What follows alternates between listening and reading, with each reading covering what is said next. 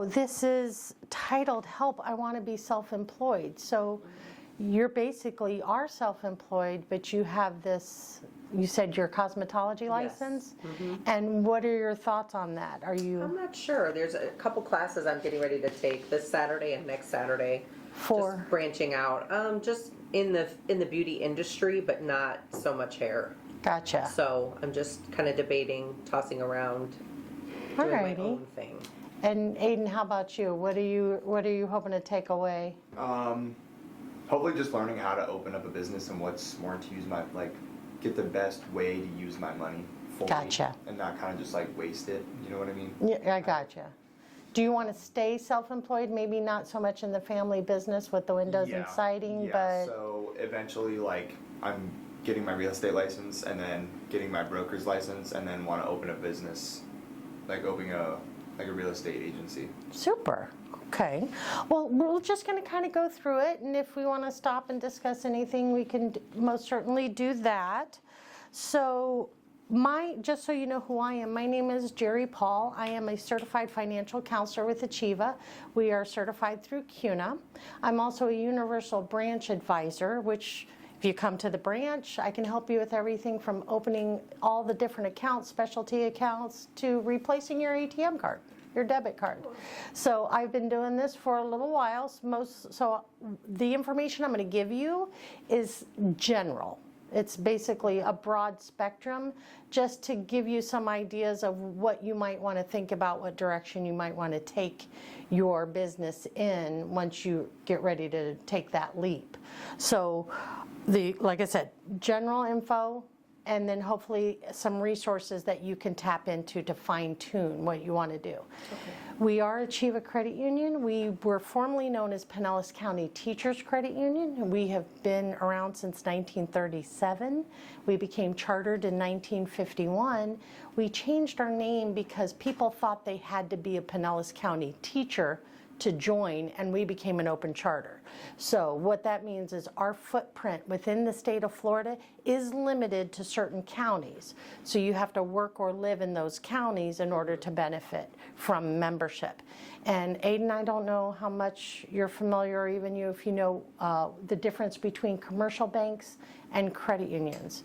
Credit unions are a member-owned cooperative. So everybody pledges a share. We're members of the same club. Our monies are kind of recycled throughout. So I'm using your money, those deposits, making loans, it comes back in. We do not have stockholders, so nobody's making money off of what we do. Even our board of directors, they volunteer. They're fully vetted, and they're experts in their field, and so they come and they volunteer. So it's a pretty wonderful setup. So we are a not-for-profit entity, not a nonprofit, but not-for-profit. Because obviously we do make a profit. We have to keep our overhead and keep things going. Okay. We're both at Achieva. Oh, good. There you go. And we're also NCUA insured as opposed to FDIC insured. FDIC is for commercial banks. I always equate it to your NCUA, Mom. Son, you're FDIC. So the insurance, it's kind of like you're at a higher risk institution, as we know what happened to the banking industry and things like that. So credit unions historically, even through the Great Depression, made money. So because we just recycle it back in. So that kind of gives you an idea. And that's also going to play into you deciding where you're going to keep your business accounts. Okay? So that's Achieva. And as I said, this is general information for you to take with you. Just want to get you thinking about what you can do for yourself, okay, as a business, and then eventually grow it and have people working for you, potentially, doing that sort of thing. So, essential skills, I skipped to that, for self-employment. Innovative and creative. Are you filling a niche, or are you adding to something that's already existing? Good at public relations. You're going to have to market. Sometimes your marketing might be word of mouth initially before you can actually start putting money into advertising. Are you a self-starter? Are you going to be able to market yourself? You're going to have somebody in. Self-reflective. What do you really want to do? You have to be committed, good at record keeping and organized. And the record keeping, it's going to be also your budgeting. So if you budget well on your personal finances, that will carry over to your business finances. Right? And one thing I do see with a lot of businesses is we have a business savings account and a business checking account, and there's different types of checking to choose from depending on if you're going to meet certain criteria. There's free checking where it's a numbered amount of items you can have per month without a cost. There's no interest on it. Then there's another one, potentially interest, but it has a minimum balance. But what I do see a lot is there's a business savings account attached with it, because with credit unions, you have to pledge that share. People don't use the savings accounts. And so when you're doing your budgeting, just like your personal budgeting, utilize the savings account to show capital. And that's equipment replacement. It's to cover travel expenses if you're going to do that. With you, are you going to set up a brick and mortar shop, or or are you going to go around using other facilities? Are you going to pay rent, booth rent, things like that in the cosmetology field? But you got to have that backup money just in case. And if we come across something where things are shut down, depending what business you're in, if you're not considered essential, are you going to have that money to float you through until things get back to normal? Yeah. And do you want to work 12 months a year, or do you want to be a seasonal business? If you're a seasonal business, what's going to carry you through the off season? So that budgeting, that good record keeping and organization is really going to play heavy on you. So when you establish your business, then we're going to go into market research. So market research, is there an opportunity to turn your idea into a successful business? It's a way to gather information. You got to see what's around you. Are you joining a wave of businesses that are doing well? Or are you going to fill some little niche that someone is missing and you see the opportunity? But you have to do the market research. Make sure, is there someone else that's already doing it? And how are they doing it? Are they doing it well? So you got to look at all of that. And that's could go down a rabbit hole. So again, goes back to organization. What is it I want to do? What do I want to be when I grow up? What do I want to carry this? I'm working now, but now I want to have something, a side hustle that is going to sustain me after I decide to retire. I'm going to go out on a fixed income. You're starting, you're looking already ahead. I'm right there on the edge because I'm ready to go. So do I want to do a little side hustle, or am I going to need this for my living expenses? So you got to do that research. There's a lot of services out there, and we're going to cover some of those services. When you go to decide your business, you're going to fill out a business plan. Now, a business plan, it's like me telling someone, do a budget. Okay. Well, a business plan, in your handout, it shows you how to write a business plan. The business plan includes the executive summary, which is your overview, your mission statement. What is it I'm trying to accomplish? Your products and services. Are they both? Are they one or the other? The market, your target. What demographic are you trying to hit?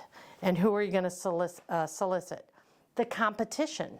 How will it compete in the industry? Again, are you doing a business that others have already? Are you riding into that big wave and trying to profit? Or are you going to fill something that hasn't been tapped into?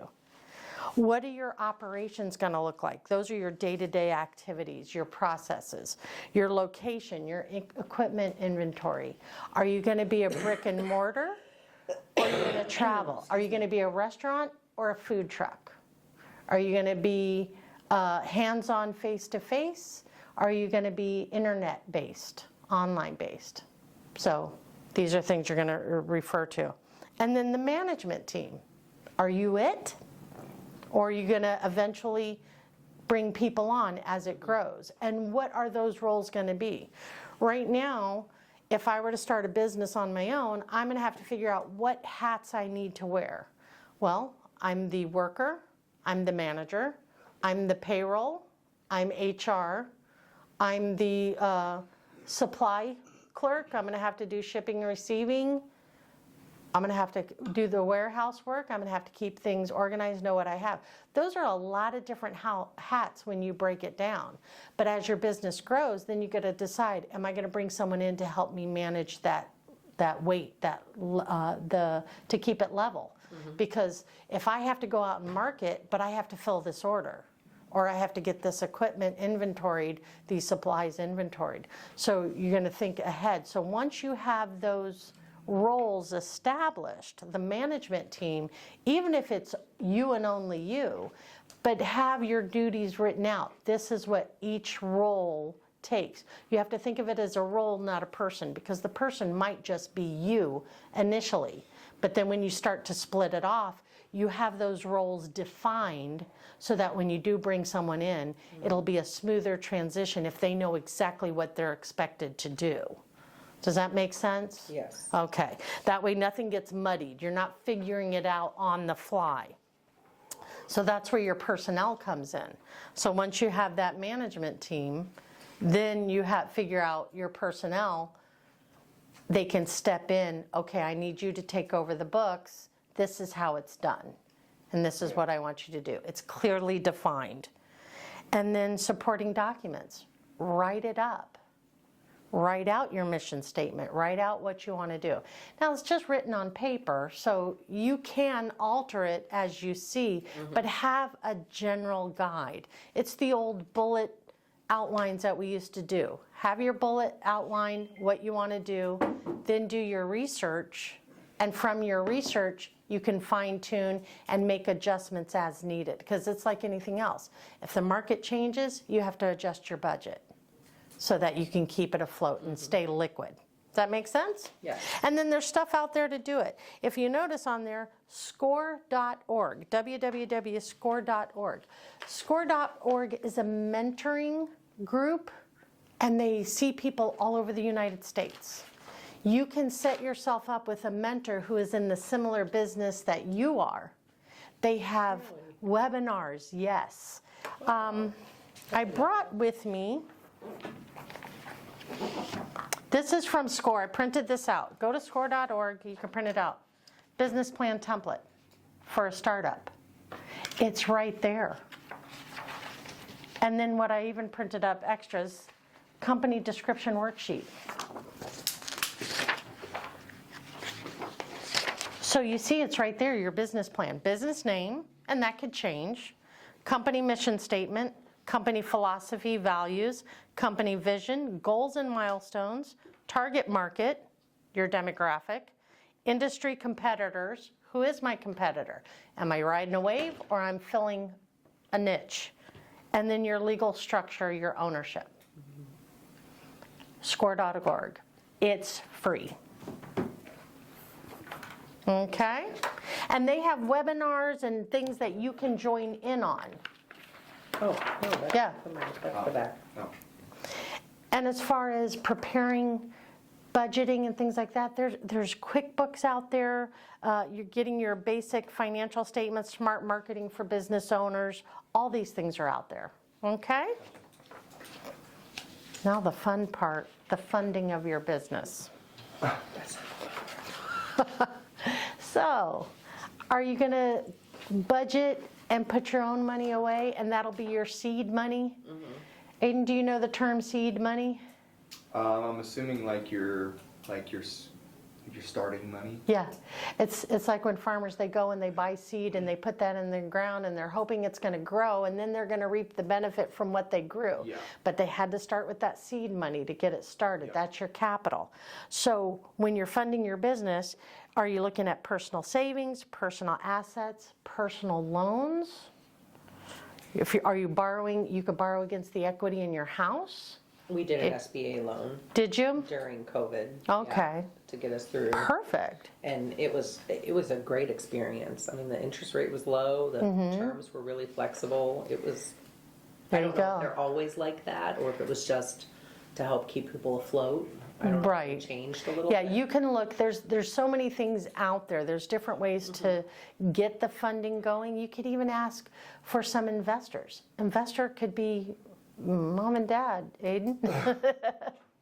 You They know, invested a lot. it could, but you got to keep organized and, repay that back. You got to Yeah. repay your investors back. So you got to decide how you're going to fund it.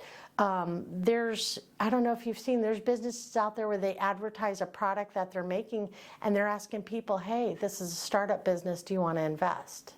So they're doing that on the internet. So you got to be careful with some of those, because then Yeah. we get into fraud talk there.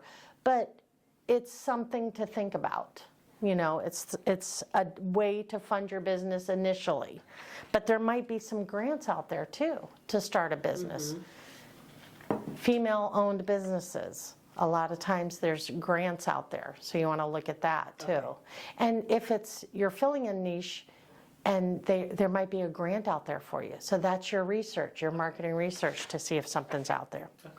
All right, so market research, write your business plan, fund your business. Now, pick a location. So, again, what is going to be the structure of your business? Is it going to be a brick and mortar? Are you going to rent a space? Are you going to do internet? If you're going to do internet, are you going to do it out of your home, out of your garage?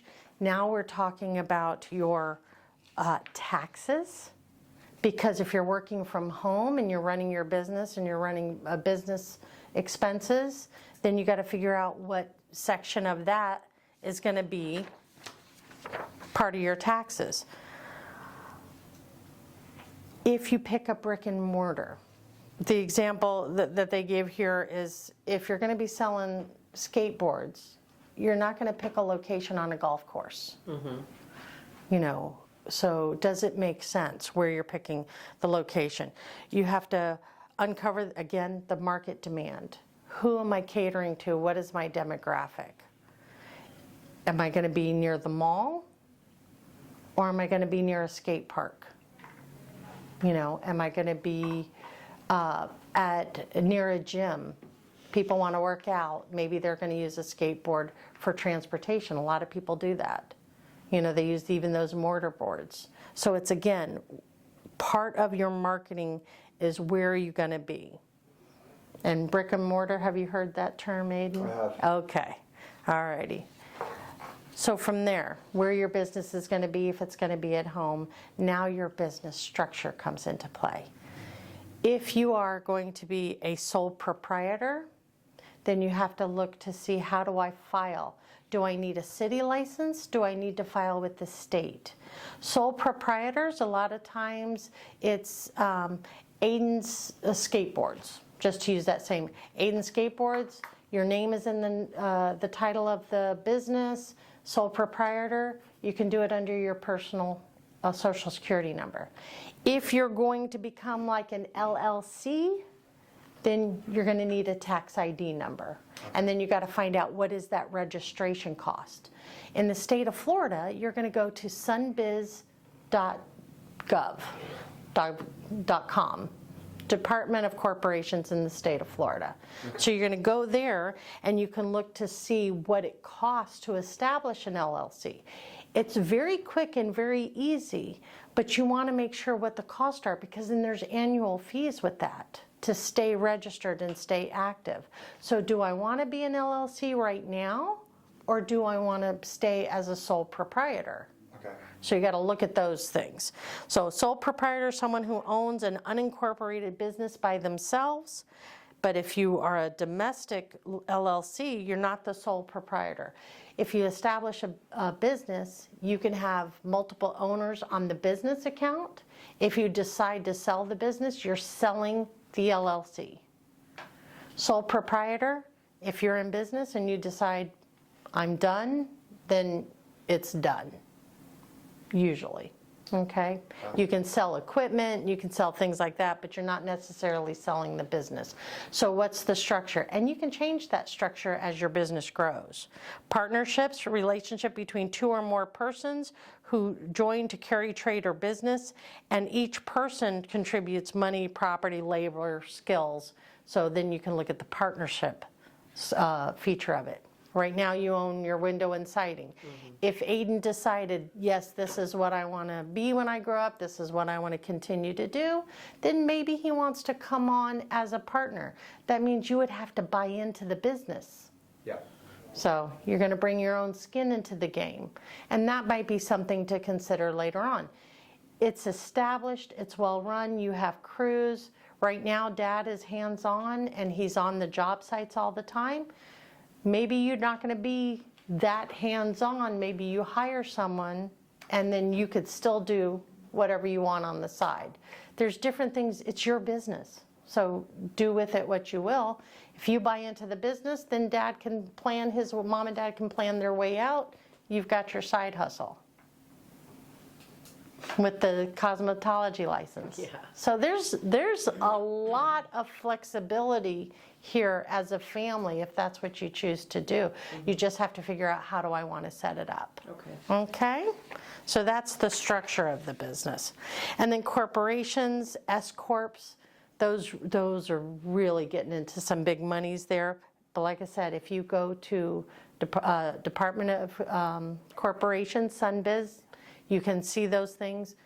Go to score.org, look there, find a mentor, and see if someone in the same business or looking to change the business. You're a cosmetologist. Maybe you don't want to be on your feet all day long, but maybe you want to, like you said, get into some other area of that field.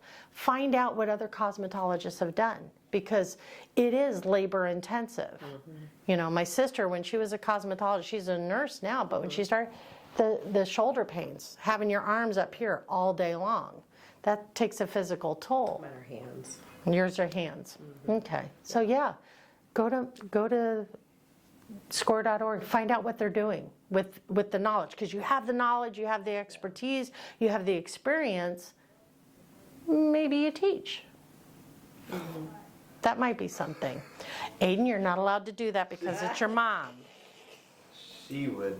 What do you mean? You would not be able to handle kids. All your friends love me. Yeah, my friends. Well, she's not teaching middle schoolers. I know, I'm teaching adults. Adults. Oh. I wouldn't be able to teach little kids. That is true. Yeah. That is true. No one's allowed to get their cosmetology license before they're 18. No, yeah, actually, because my daughter's in the high school program. She's transferring to Nevada. Oh, see, yeah, So those there's a schools. little Yeah, niche there's in a Florida. It's not like that in Illinois. Oh, They do that okay. here. Yeah, Yeah, yeah, I so forget she'll about those schools. Yeah. schools. Well, We didn't maybe, have those maybe options we up here. found your niche. Maybe you could be maybe. guest speaker and specialize in things. There you go. Now, if you're going to do your business, you got to give it a name. So you got to verify that this name is not used anywhere else. This is where SunBiz comes in. So if you're picking the name, follow your state's naming guidelines. SunBiz is where we go for the state of Florida. Don't pick something that's similar to a competition. You don't want to get sued for trademark infringement. It's like Coke. If you're selling Coke and you spell it with a capital C, O-K-E, you had better have Coca-Cola products. But if you're not selling Coke and you're selling some off-brand that you got at the grocery store, that Coke better be with a lowercase c. You're selling cola. You're not necessarily selling Coke. And you can do cola. So that's trademark infringement. You can't, if you do a design, a graphic, make sure that it doesn't match any other graphic out there. You know what the Nike swoosh looks like, Yeah. right? If you go, one of my favorites are Vans. We know, you can spot a pair of Vans, just someone walking by you. Yeah. Adidas, all of those. You know what they are just by the graphic. So when you're designing, picking your name and designing your graphics, those are the things you're going to have to think about and research. So be careful, okay? Make your name web friendly. Make the name match the business. It's similar to prescription drugs on commercials. I have no idea what they are half the time. What does it do? And their spelling, and the spelling of the names Crazy. are exactly. It's like, how do you pronounce that? Some of these with a Q in it, it sounds like a cut, and then sometimes it doesn't. It's like a So, tennis. you know, keep it simple and make it make sense so that when they read the name, they can associate with the type of business that it is. If you have to spell it out in the name, then you have to spell it out. But getting creative to make yourself stand out is good, but don't make it so creative that it doesn't make sense to what you do. You know what I'm saying? So that's what you got to do on that. And then don't limit yourself in the name. So the example here, like someone says Sarasota Garden Center. Well, it's Sarasota Garden Center. Why would it make sense if you're in St. Pete or in, Indian Rocks or if you Holiday, branch out. Florida, if you branch out? If you've limited your name to Sarasota Garden Center, perfect example, Pinellas County Teachers Credit Union. People thought you had to be a Pinellas County teacher to join, and we were an open charter, and then we expanded into other counties. And it was very expensive to change the name. But now, honoring our educational roots, achieve, but now as we grow, that name can grow with us. So perfect example. Yeah. So don't limit yourself on your name, that you're stuck in one place. And then you've got to spend a lot of time, energy, money explaining, oh, we were in Sarasota, but we've moved. We're now in Pasco County. That's rough. So don't pigeonhole yourself, okay? And then it comes time to registering your business.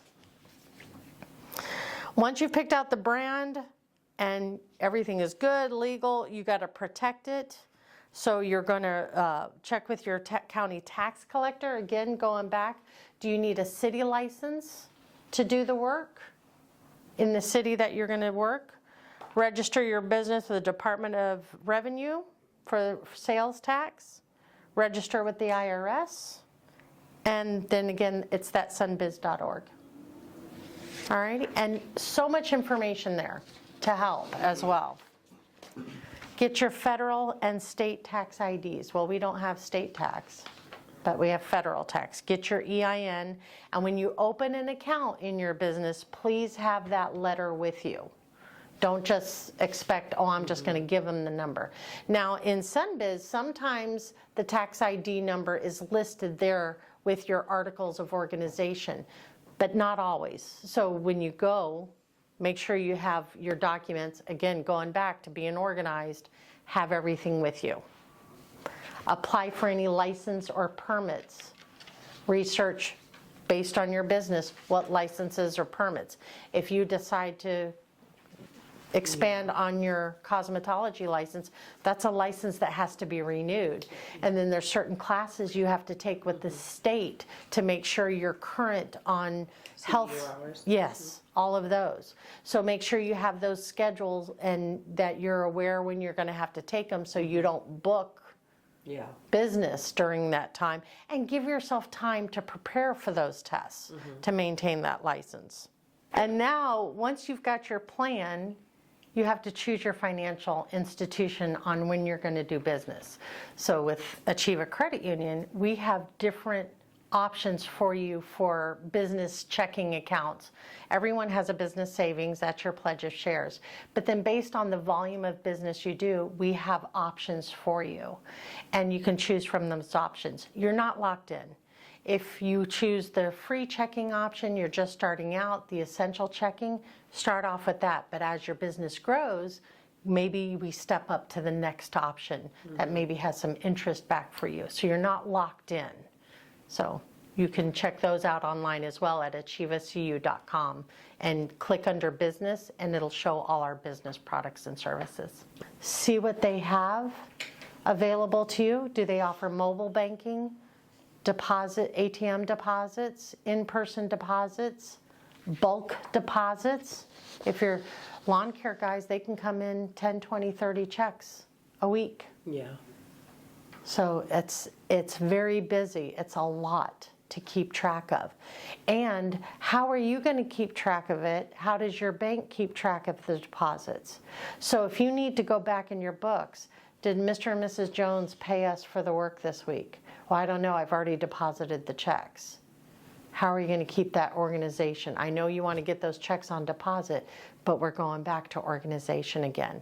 How are you going to track it? How do you track your personal finances now? If your personal finances feel like they're all over the place, maybe work on a method to get those straight that it will carry over to your business practice.